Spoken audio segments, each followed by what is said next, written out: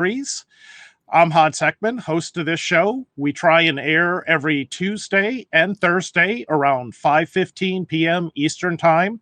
Hope you can join us. And whether you're on HAPS, where we're broadcasting from, or one of the platforms we're streaming to, please share your comments, share your questions for our guest today, Valence Howden. And I'm really honored to have Valence here. We've had a chance to work together, and he is just one of the nicest, most humble, smartest men I've had a chance to work with. And if we had the chance to, spend an entire week just chatting about the areas and his career and things he's done, I would still be wanting more, and there'd be so much left on the table that I'd still want to learn from him. And so sadly, we're going to limit that a little bit today and focus in on governance, but I'd like everyone to meet Valence and give you a chance to introduce yourself. Perfect. Thanks very much, Hans. I have the very same comments about you, actually. It's always been a pleasure to work with you, and every conversation we've had has been fantastic. Just to introduce myself to everyone, I do work with Hans, actually, at a company, and I'm a principal director. But in terms of my career, I've really focused on a few areas: risk management. I focus on governance of organizations, both at an IT and an enterprise level. And I've done a lot of work in the area of service management as well. Today, I guess I came here because I really wanted to talk a bit about governance, because for me, it's something that's really important, but horribly misunderstood. And I think I deal with a lot of people just because they don't like it, or they think it's a horrible thing in their lives. And I'm trying to turn that perspective around just because of its value. Absolutely. And governance is kind of, it gets thrown into the compliance, regulations, rules, heavy-handed control and dominating, and it grinds everything to a halt. And I've never really had that same feeling that a lot of people had, or the same apprehension. I've always been able to work with teams responsible for that or help establish the programs. But it wasn't until you and I started really talking about it and talking with some of our members that you actually had the words to fill in and help me understand why, we don't have the same perspective as others. So maybe to start off, why is it that people are so afraid of governance? And what are some of the things that they're getting wrong from the very beginning? And maybe that's poisoning the conversation. Perfect. And I think you hit on one of the biggest issues, which is it's synonymous with control. It's synonymous with compliance.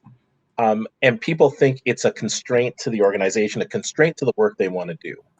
So since everyone, in terms of how they often are introduced to the governance in their organization, it's a wall they have to deal with. It's a gate they've got to get over or get through in order to get the work done. And it's the confusion between the way governance is implemented in an organization and what governance actually is intended to do. So if you've had a bad experience with it, a lot of people just don't like it anymore. But that is much more a factor of poor execution than it is of governance, which just at its foundation this is how we decide what we do as an organization. This is how we ensure we get the value for the things we do. It's how we make our decisions. It's who has authority and accountability for things that happen. And it is just part of the base DNA of your organization. It's been there from the beginning. It'll be there at the end. So if we were going to make a retail analogy, if a store is having a sale, that's great, and it could be a positive experience. If that turns out to be a large crowd rushing in on Black Friday and people getting trampled, it's a bad experience, and we may never want to shop there again. Exactly. And exactly, that one horrible experience colors your view of it forever. But the store is a great analogy of it, because a lot of people don't understand the difference between a manager in a store and who governs it. Manager makes a lot of day-to-day decisions. The manager has some oversight role, but the person who signs the paychecks, decides on what you're going to carry, makes the decisions on how you're going to sell this business. That is the person governing it. And that happens in every organization all the time. If you're in public sector, you have, I don't know, if you're in Canada, you're going to have a premier or a prime minister, and they govern, and they have people who govern different areas. If you're in a business, you have your CEO or whoever started the business, your first governor. They were the one who came up with the idea, decided on your direction, decided on your strategy. That's governance activity. So it always exists and it always has to get done. It's just in the experience people have had has typically been horrible. Right. So if governance isn't about control and domination, sorry, you micromanagers, you may have to find a different career area if that's what you're hoping for. What does good governance look like? What are some of the principles or areas that governance should be, and why it's so critical to all of our organizations? And one of the very first things governance is supposed to do is enable you to be successful. It's to make sure you're doing the right things, the things that are best suited to your organization. So I know that I'm a framework guy sometimes, but there are certain things that just stand out. We have to optimize the use of our resources. That's not just the money that we have because it's finite. It's the people and skills that we have available. It's the time that we have. So governance's job is to make sure that we use those resources to the best effect of the organization. We're supposed to enable our success through the best use of that. We're supposed to understand the risks that are happening to our organization so I can either deal with them or identify intelligently which risks are worth taking for us to be successful. It's why governance and risk tend to go together, but it's not about just preventing things. That's an intelligent risk. That's a risk worth taking, and I have the authority to make that decision for the organization because I'm also accountable for the outcome of that decision. A lot of people have the problem because when you see governance implemented, everyone's focused on the authority of doing it. I get to make that decision. What they tend to dodge is I'm also accountable for what happens. If I get to make the call, I'm also accountable for the outcome of that decision I make. People love power without actually having to take accountability for what happens through it. And that creates some of that friction you see. If you make the call and I eat the result, I'm going to hate governance because I'm sitting in a position where I just get the beating but none of the credit, and vice versa. On the other end, it's very easy to make a decision if you don't take on that accountability at the back end of it. So that disconnect causes a lot of the problems. And just what is the most important thing? What strategy is going to get us where we're going? And how do I make sure that people have the freedom to go where they need to go? But I'm going to put some guardrails that says it's like someone said walking a dog on the beach. I'm governing and I'm just walking down the beach and they're on a leash. They can go as far as that leash allows them to go. They can do anything in that space, but I keep us aimed at where we're supposed to get to. And they can build all the things they need to do and design all the things that help us get there. I just put the rails around that they understand the scope of where they can go and where they can't. And then I give them the freedom, which is what a lot of governance doesn't do. They give them the freedom to choose how they make their path there. So when it's done effectively, it enables you to get to that destination. I just keep you pointed in the right direction, and I get barriers out of your way. Okay. So if we wanted to eliminate all risk, we would just close our businesses because exactly nothing would happen and you'd be risk free, but you'd also be employee free, revenue free, and work free. Yes. home free. But yeah. really, to the way you're saying it, governance needs to be pointed in the right direction. So we have to have a goal. We have to know what kind of outcomes we want. We have to know how far and how loose that leash can be. Is it a firm 2-foot leash, or is it one of the really thin cable retractable ones? And with governance, that gives us, you're really enabling and helping people reach those outcomes within what we've defined as safe and practical to get there.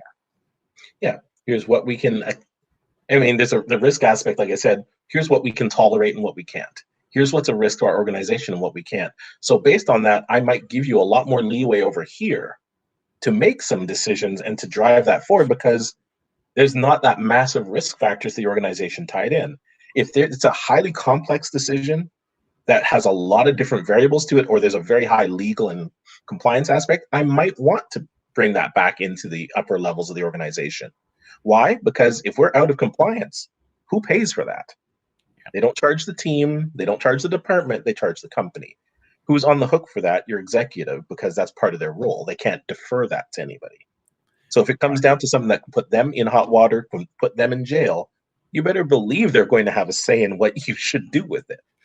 A lot of people think they should have carte blanche. Like you realize that if you make a mistake, it's not your head on the line. It's theirs. If they choose to delegate that, and hopefully you can do enough that they're happy with it, then that's fine. The organization can make that decision. But the other element is most people aren't transparent in terms of what people's scope of decision making is. Here's what I can and can't make a decision on. Or the other aspect of governance, which is here's the behavior that's acceptable in my organization, and here's the behavior that is not. Governance sets that tone around the culture and the behavior of your organization as well, and tells you what's ethically okay and what your organization is not willing to handle. What level of treatment of people is considered okay based on the way the company wants to operate. So that's some of the things that governance defines for you and puts that a bubble around the organization. Okay. So governance actually is synonymous with empowerment and decision making. That a good governance program would push decisions down to the appropriate level, but then is raising visibility where those decisions may have impacts in other areas or higher up in the organization, so that whether it's awareness or a decision at a higher level, we have the structure in place to make sure we know the cost and the benefit of those decisions. Exactly. So much of governance is just transparency. I understand why we're doing something. I understand who can make a call on certain things. And done well, it is empowering. I want to be really effective, especially in a world where we're doing a lot more agile development. We're doing a lot of modern work at very high speed. I can't afford to bring everything up to an executive level to make a decision. It's too slow. Right. So what I want to do is make sure that I give people a solid understanding of who we are, what we can accept, put those guardrails in place so that people within the organization can make fast, effective decisions in line with where we want to go, so I don't have to do it. The better we are at that, the more we can delegate it down, the faster, because our teams can make decisions. Our product and service owners can make decisions. People right through the chain can, because they understand what they can make a decision about, and they understand what the organization's aiming for, so they're making a decision based on that. The idea has always been to delegate it down. You speed it up and you make it much more effective that way. But the command and control old school thinking around it is sort of fighting with the modern speed and velocity and needs. And the idea wasn't to govern in a way that you've always governed. That is the death knell of many a company. We've watched a lot of companies as, they talk about disruption. Disruption wasn't what killed them. The inability to pivot and change how they looked at the world and made decisions killed them. Did you see it coming? You didn't look at risk. You didn't actually see what was out there, and you didn't make smart decisions based on it. That's governance and risk right there. But the other end is governance works really well at the beginning. You're formed with a certain style, and it carries you through, and it's what makes you successful. We made really good decisions. We had a really good plan. We really understood our market. But when your market changes, people have a very hard time shifting from the way that always was successful to them to the way they should govern to be successful in the world today. So they cling to old approaches, and it goes from being something that makes them successful to something that kills them over time. If you can't adapt it to what's happening, then your governance becomes the constraint that a lot of people see. For those of you who have just joined, you may seem a little confused, because here you thought you were coming to a broadcast talking about governance, and you're hearing empowerment, better decision making, more business agility, faster decisions, and going, well, wait a minute, that doesn't look like anything that I've ever seen in terms of governance. Well, that's because we're talking about the right way of doing governance and why so many organizations, have a sour taste from their experiences in the past, and that it really is within your reach to help turn that around. Our expert today is Valence Howden. He's an expert in many areas. We're focusing in on the governance aspect today. And there's one thing that's popped up in conversations that we've had before that really struck home with me. And it was that shift in perspective that finally helped me understand a lot more of the governance models that are possible, and why we sometimes get off track. And that was the relationship between governance and accountability. And part of it, just as the teaser or reminder, is that if governance is inflexible, people will just ignore it or find a way around it. So let's talk a little bit about the why accountability is, I mean, it's almost like it should be the accountability department rather than the governance department. Let's talk about that for a minute. And that's a really good starting point as well, because, and one thing you said right at the end there sort of jumps out as well, because we talked about the accountability department versus the governance department. But it's also the belief that governance sits in one space that you see a lot. They do governance and we do, this, or we run projects, or we do products, or we do services. Well, no, we govern as an organization. Governance is how we as an organization make decisions, drive ourselves forward. If it's one group that's doing it, yeah, it is going to be problematic. Because if I own a product or service and its roadmap, I make decisions on the backlog. I make decisions on how we're going to move it forward, how we keep it effective. If I do that same thing for services, is it meeting the needs of my customer? How do I realign this thing to keep its value? Someone governing that service or that product is going to make those decisions in that domain, because that's why you have them there. But it's all about, they have an accountability for that product or service. I may have accountability around the domain of data and how we're going to govern it and build out our model for it and how we're going to handle it based on some of the legislation that we have to adhere to worldwide, et cetera. So we have all these different pockets that work together, but don't feel that they work together. And as you said, some of it's just, we don't understand the accountability that goes along with it. Authority, really big point. Everyone gets that. This person has power. It's always understood. The back end of that is, with the power comes something, but the disconnect is in that enabling. When we don't have a guiding star, we don't have something we're aiming for, we don't understand what we're making decisions to achieve. So anytime, and I used to work in an organization where the biggest challenge was we had the development team and it was a program that was running, and they kept hitting the wall of the gating process, except they needed to move fast to meet the mandate that the government had set out. And also, some of the changes they made didn't really require the level of oversight that everything was forced to go through. The long game was that eventually we actually created a scaled back and light governance version that applied to certain things that needed to move with velocity and had a much lower risk. But the reality for a lot of companies is that gating process that's worked for years ago in that waterfall project style that we had is what we apply to every single thing. But we haven't really aligned it with, one, the accountability that the team can actually handle. Do they have enough information, enough data, and enough knowledge to make a smart decision? If we've given them that and those guardrails, they don't need to come to us.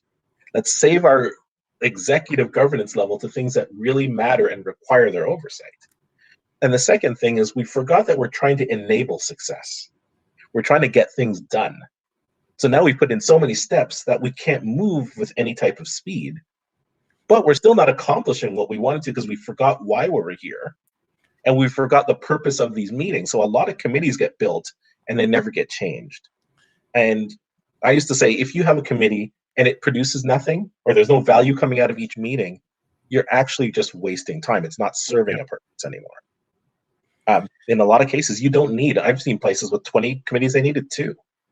So scale it down to what you have, as much governance as you need to be effective, but no more than that. It should be as light as possible to get that done. If it's heavy and it's onerous, it's too much. Right. If a traffic control signal or traffic light goes off and there's an officer there directing traffic, they're not standing in the middle putting up stop signs in all directions so that nobody can move. That way nobody will hit each other. They're trying to get the cars cleared as fast as they can. And if we start, like you said, looking at governance as an enabler of success and seeing where we can streamline, I think a lot of our attitudes towards it will change. When I was managing a security services delivery team, one of the big challenges we had is all releases had to go through our release group and an enterprise change board that met every week, sometimes on urgency, and then big releases, whole nother governance activities around that. And it just seemed odd. So what we did was we scheduled a meeting with them.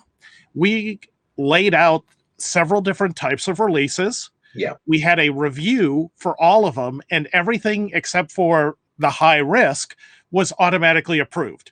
As long as our release fit certain categories, we had pre-approval. We never had to go before the ERB except for major releases and those transactional releases, quarterly scheduled releases, everybody had to go through those.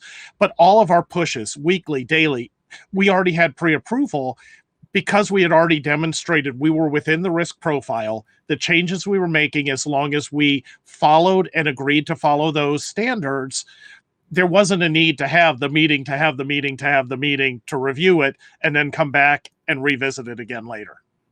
Yeah, and I would say what you saw there is one of the best examples of the governance was tight probably for a reason initially. Yes. At a certain point in time, people put stuff out, it broke things, and it just kept breaking things. So controls were put in place, some oversight was put in place because we keep blowing up our environment. Yep. Now we've gotten way better, but we're still operating with the fear that we're going to blow up the environment. It's so deeply ingrained in our behavior that oversight has never been revisited. We've never come back and said, is this fit for purpose? Are we governing in a way that's effective anymore? From a procedural perspective. And one of the biggest things, even with a process, is what's the goal of our release and change? When we talk about it, is it to increase throughput and get changes in effectively? Good. Do we need to mitigate risk to do it? Yes. Now let's understand what that risk is and say, to do release, these are 3 or 4 or 5 key things that must be done. Now, I don't care if that's automated in the system and you never have to come through because we can trace it through. If it meets those 5 criteria and it's an automated way, or you have a model that works for you that covers it, that is sufficient from a governance perspective. I don't need every procedural step to be done. I'm going to give as much leeway as possible, as long as everyone understands this is the goal and these are the things that must be done. I don't care how you do it. I don't care if you automate it, do it through AI, and it is seamless, and I never have to see it. That's why CI and continuous delivery. You see so many of those. I see with SAP with the transports. Yep. Well, it's all done through the system. I can trace it back. I can roll it back. That's effective. It meets all the needs of that process, and it's all automated. And I don't need a cab or anything else for that. That suits the purpose. And if it gets through and it's clean, that's what you're aiming for. People forget, and said that guiding star, that goal for that you're governing towards has to be understood. Then you can make those adaptations. You can be flexible. You can be nimble. You can build resilience in to handle those types of things because you're not so stuck on the steps that you forget the purpose. And a lot of governance gets out of alignment because you're so locked into the steps you forgot why you're doing it. And I think that's actually the biggest challenge. The history drives one thing and you don't change it because you've forgotten the purpose or why you started in the first place. Absolutely. It's that one mistake we made somewhere along our careers. And now we're never going to let it happen again, no matter how much other damage it costs us. Exactly. Because I forgot that I'm trying to make this work. I'm just trying to protect myself because I really took a beating on those things that were happening. And that also comes back to, I mentioned earlier, sometimes people took the beating for things they weren't accountable for. They didn't get to make the call, but they sure felt it after the fact. So they established something that's going to protect them because they don't have the authority otherwise. So that alignment between the authority and accountability, I see it with people with, we used to see it in projects and delivery and operations. They had different outcomes and different things that they were accountable to. So I'm going to be mad that it comes in and I can't run it because I'm not really incented on getting it in and working. I'm incented on keeping it up and stable. So if it's not up and stable, the fact that you got it in is irrelevant to me because that's not what I get beaten up for.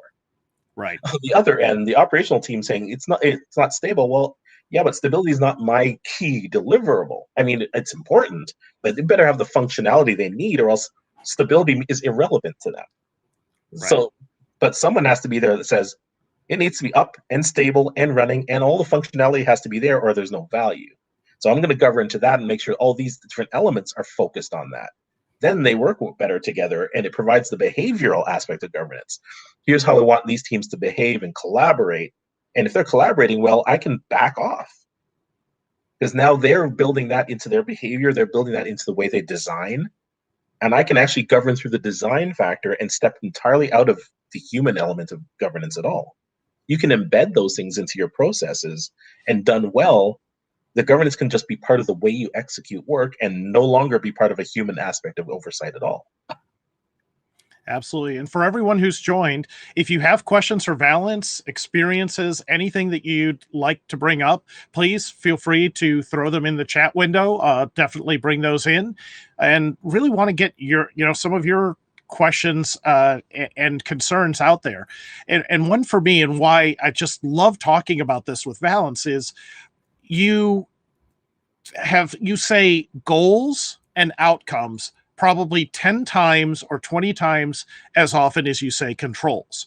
And so, governance means controls, but understanding what it is you're trying to accomplish. And then, as you mentioned, kind of the sister to the goal is the risk. Okay, here's what I want to accomplish, but how much leeway, how much room to play can we have to accomplish that goal, to do it safely, to make sure we get the outcome and the results, and potentially balancing, the shiny ball is always exciting, but it's not the shiny ball that crashes and breaks and makes us sad. It's the stability, it's the response, is it meeting our needs? And those are the areas where a well-done governance program can actually help us achieve our individual or group goals far better as we're trying to help our enterprise reach their goals. Yeah, and you have to be able to think about and adjust for what you're seeing. If you take it out of the business domain entirely and just think of your family and your home, I have kids. I have an oversight role with my kids as they're growing up. But you have to balance that control of, if they don't understand this and they're going to burn themselves if they touch that. So I put that control in place. But they have to be able to learn. They have to be able to grow. They've got to be able to experiment, or they're not going to become the person they need to be. So when do I have to rein back and say, I don't need to control this? There is some risk, but there's more value in them taking the risk. So you have to understand when to step back, when control is needed, and also how to start reining it in. And as my kids got older, there's more and more things they can do without me. Hopefully, I've given them enough understanding of the world that they make smart decisions, but they have to learn to make them, and I can't make them for them. So understand where to step away and where those teams need to be able to do their work. They're smart enough, they know enough, let them do what they need to do and back off. Only when it's really a macro issue does it come back to me with my kids now. Yeah, I think almost any parent would be appalled if, a child once burned themselves on hot food and for the rest of their life they could only eat cold food until they went out on their own. But in a way, when we have these overly locked down environments, that's exactly what we're doing. We're taking good people who sincerely and earnestly want to help the organization and help the customers, and then we're taking away any ability they have to perform and respond to those changes. Exactly. And the more flexible it is, and we talk about customer experience becoming so critical now, especially now, got a pandemic, people are working from home, people are working remotely. People need to be able to make decisions to help those customers, help those users, help our employees. And so there's a structure that's great, but if they can't make dynamic decisions, if they cannot go out on their own because they understand what you're aiming for, it's like a spanner in the works. It just grinds everything down to a halt because I got to go 3 steps up to make a simple decision. I got to go 3 steps up to make something I should be able to make on the spot, a decision I should be able to make on the spot because I understand and I'm smart enough to do it on my own. So that empowerment makes your whole organization better. And it also allows for all the things you want to do in a dynamic organization. It allows the agile parts of the organization to really flourish, but it also helps those teams understand how they fit in with the organization, because it's very rare that the whole organization gets that mindset of agility all at the same time. And they will grind up against each other. So you need something that helps to smooth out those edges and help everyone get there. So governance helps you smooth the edges out, drive out those behaviors. But once it's effective, you can step it back too. It's no intent to keep things that way all the time. And that inability to shift is so difficult for to handle for organizations. When I'm working with some of our members on implementing product management and becoming a product-centric organization, one of the key challenges is on the micro level, it's really easy. I have a product or service. I know what value it provides. So I just need to plot out a simple roadmap, organize my backlog, and I can deliver changes. And the challenge that the groups have, and I think it parallels what we're talking about here, is, well, when those products start stacking up, are we collectively helping the enterprise reach our collective goals and the priorities the enterprise and our leadership team is setting, or are we being individually successful to the detriment of the organization overall? Absolutely. And so as taking ownership and improving and enhancing an individual product and service, there's an onus on me to make sure that I'm aligning, and that from the leadership down, those priorities are cascading and being translated to the levels. And really, governance in a way is a structure that is allowing that conversation to happen and ensuring that those changes are moving through and being made at the flow and level that the organization believes is best to deliver according to their risk and agility.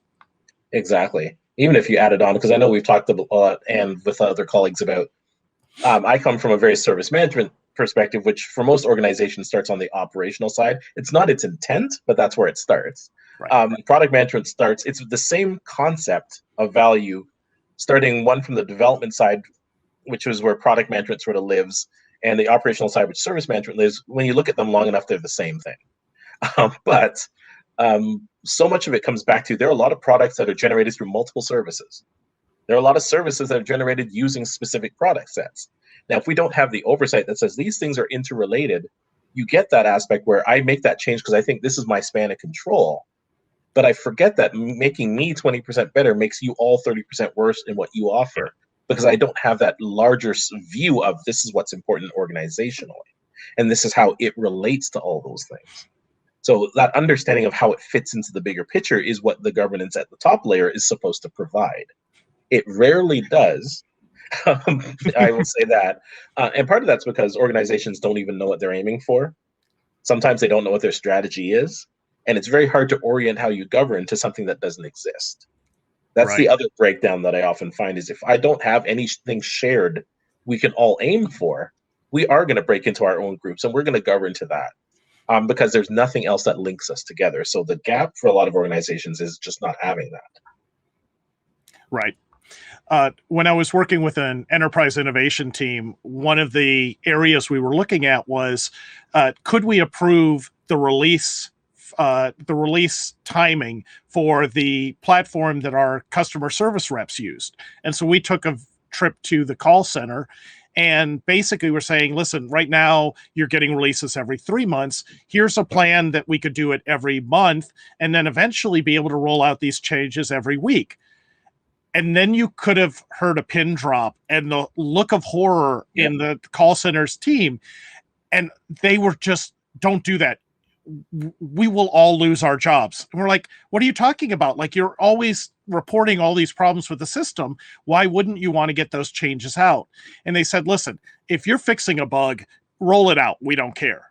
But when you change the interface, we have to pull everybody off the phones and retrain them and recertify them. It takes us 6 weeks to get all of our branch teammates, all of our call center people, everybody recertified. What would happen if we had changes every 4 weeks and it's taking us 6 weeks to retrain everybody? Right. We barely can keep up now. This would grind us to a halt. And so what we saw was, in that case, the governance process needed to make that distinction. Simple changes that didn't require retraining, communicate them, roll them out, don't worry about them. Anything that required retraining and recertification, let's put them in quarterly releases so that there was plenty of time and it minimized the disruption. So to your point, they're a service organization. They are trying to help customers, and that would completely prevent them from doing their job, but IT would sure look good. Yeah. And there's that whole aspect of just incorporating it into the timeline. We're going to do those quarterly releases. We're also going to time their training so it lands, so they're ready once the release comes out, not 6 weeks after the release comes out. Just those little adjustments in timing are going to make a massive difference as well. So there's so many ways once you see that, and that's the whole go to the Gemba concept of lean as well. Go see how work is done. Go see how those changes affect people. Then you actually understand the implications of that work you're doing, or what the what you're suggesting for people to do as well. Right. Yeah, so there's a whole bunch of elements to that whole story that are interesting when you sort of break it down. So let's say that we've reached a few people. We've converted them to realize that it's about accountability. It's about right sizing. It's about velocity and agility and understanding the impacts and focusing that towards your goals. So for the converts, where do they start? What are some of the things they need to start looking at or considering? How do they get started in influencing a better governance program in their organization? The first thing I always aim to look for is where is it causing us to not be as successful as we could be? Where is it an actual constraint? And what do we see a positive outcome looking like? It's easy to sell somebody, or easier, I should say, not easy, but it's easier to sell somebody on the value they're going to get from it and why what they're going to get out of it. It's the what's in it for me factor, and that's always huge. And it's a bigger factor when you're asking people to sometimes concede a certain amount of their influence. People like power. It is very hard for them to loosen the grip and let it go. So there has to be some value they see in doing so. And sometimes there are always good examples of companies that didn't do it and are no longer with us. You show the benefit and you show what the risk of not doing it is, especially in a market where you have to be quick. If you're trying to be digital and mobile, you have to show how much it grinds your processes to a halt, or how much it slows down your ability to be agile and effective and nimble in your work. So it's a bit of an effort, but you have to find a case or two that you might be able to work through with them and show some positive benefit that actually shows that what you're saying has some value. And there is value in sometimes talking to someone outside of an organization.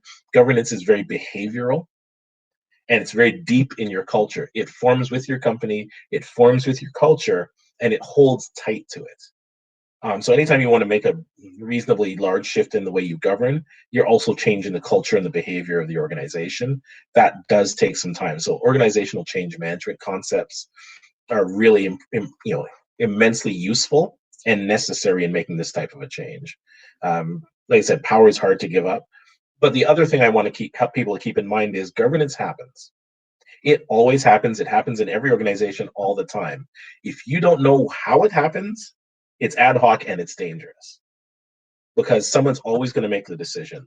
Someone's always going to have to direct how things go. The danger is the person who does that doesn't know enough to do it effectively, or does it in a way that's really going to work to your detriment. It either drives you to success or it drives you to failure. And if you don't understand which is which, it's very hard to do it in either way. But it always happens.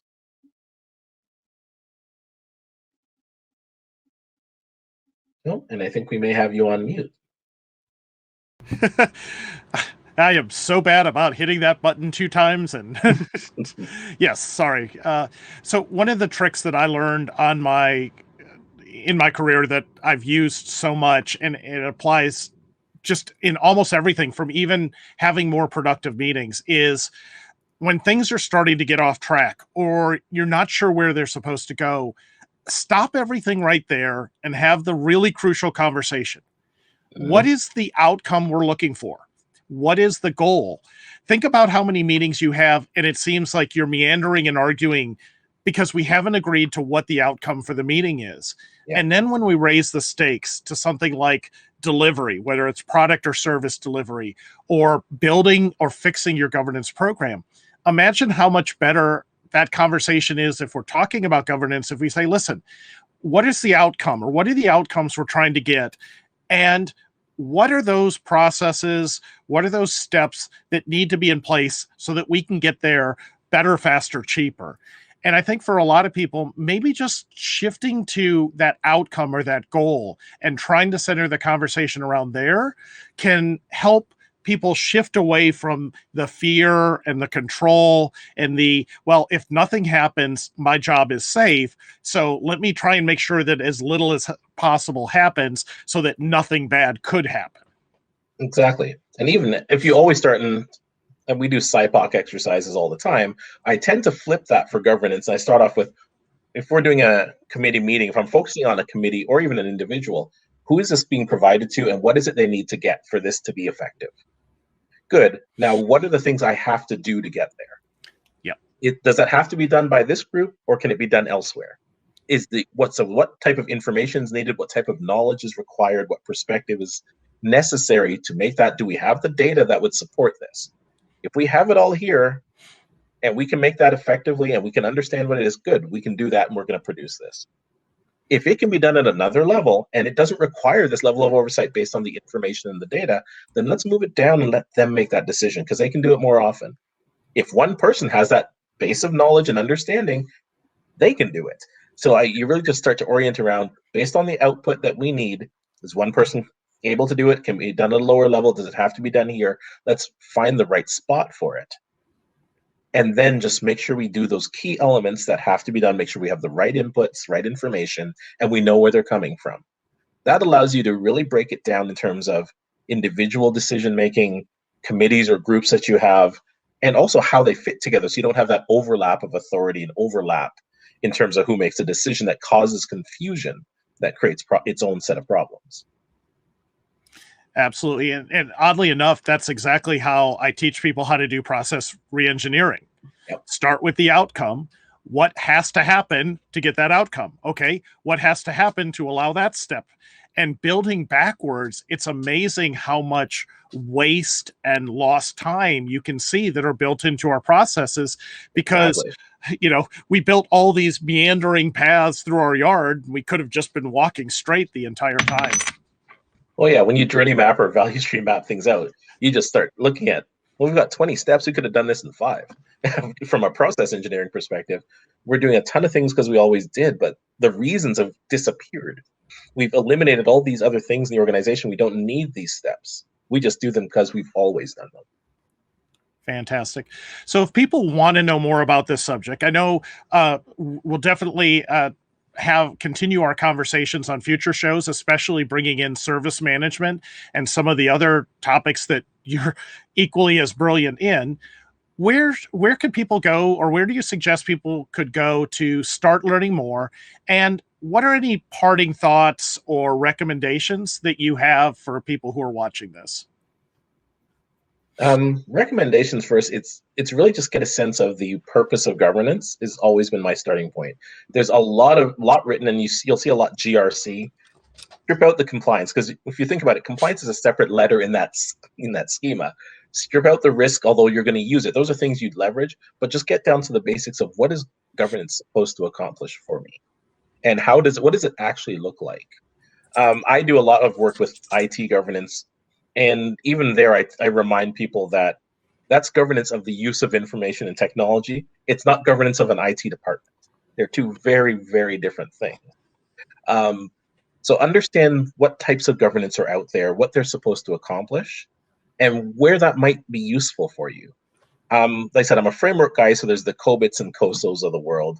COSO is really for enterprise governance and how that fits. There's DMBOK for data governance. But you're going to see some of the very same principles in there, but also realize that none of those are standards. DMBOK is a best practice. COBIT is a best practice. It may be based on a standard, but it's not executed that way. It's guidance. Look at it, understand what's valuable in it, and then adapt for what you need. You cannot be out of compliance with a best practice. It's impossible. The only time that applies is if something's a standard that you've agreed to meet. Right. So take the good, understand what you're trying to achieve, and then strip out the things that are unnecessary for you. Fantastic. And I'd say, for everybody, focus on the goal, focus on the outcome, start there. And when you're lost, build backwards. It's amazing how much easier the problem is to solve when you take that perspective. I hope that you'll also take a chance to follow Valence and I on LinkedIn. We're often publishing articles related to these topics. Subscribe to both of us to see when we're popping up on this show or other shows, if this is a subject that you're interested. And please feel free to reach out and let us know, what are some of the topics? What are the areas that you're interested in? And I'll do my best to find much smarter people to talk about them. So, Valence, it is just always a joy to get to talk with you and learn from you. I've learned even more things and more perspectives this time. So thanks for taking time after a very long day to continue the conversation and share this with the audience. I appreciate the invite, and it was an absolute pleasure. Fantastic. Well, everyone, please take care. Be safe. We'll be on again on Tuesday. I'll be talking about social media, social influencing, and brand building with Carmi and Stacy from the Infotech Research Group, who have started up a program to expand the use of media and social media to get the message out. Hope to see you there. And everybody, thanks again for tuning in.